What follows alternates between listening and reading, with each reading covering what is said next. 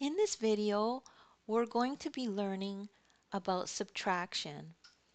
So if you have a problem like this one that says 16 minus 9 equals blank, you might remember just from memory what that answer might be.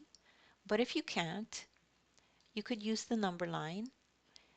And what you have to remember is in subtraction, numbers get smaller. So on a number line, you would go this way. And if you remember addition, you would go this way on the number line. But for this problem, we're subtracting, so we're going to go this way.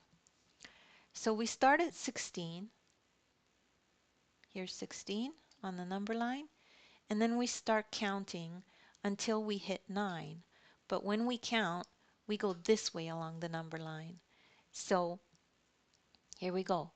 1, 2, 3, 4, 5, 6, 7, 8, 9.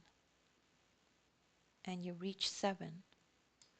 So you know that 16 minus 9 equals 7.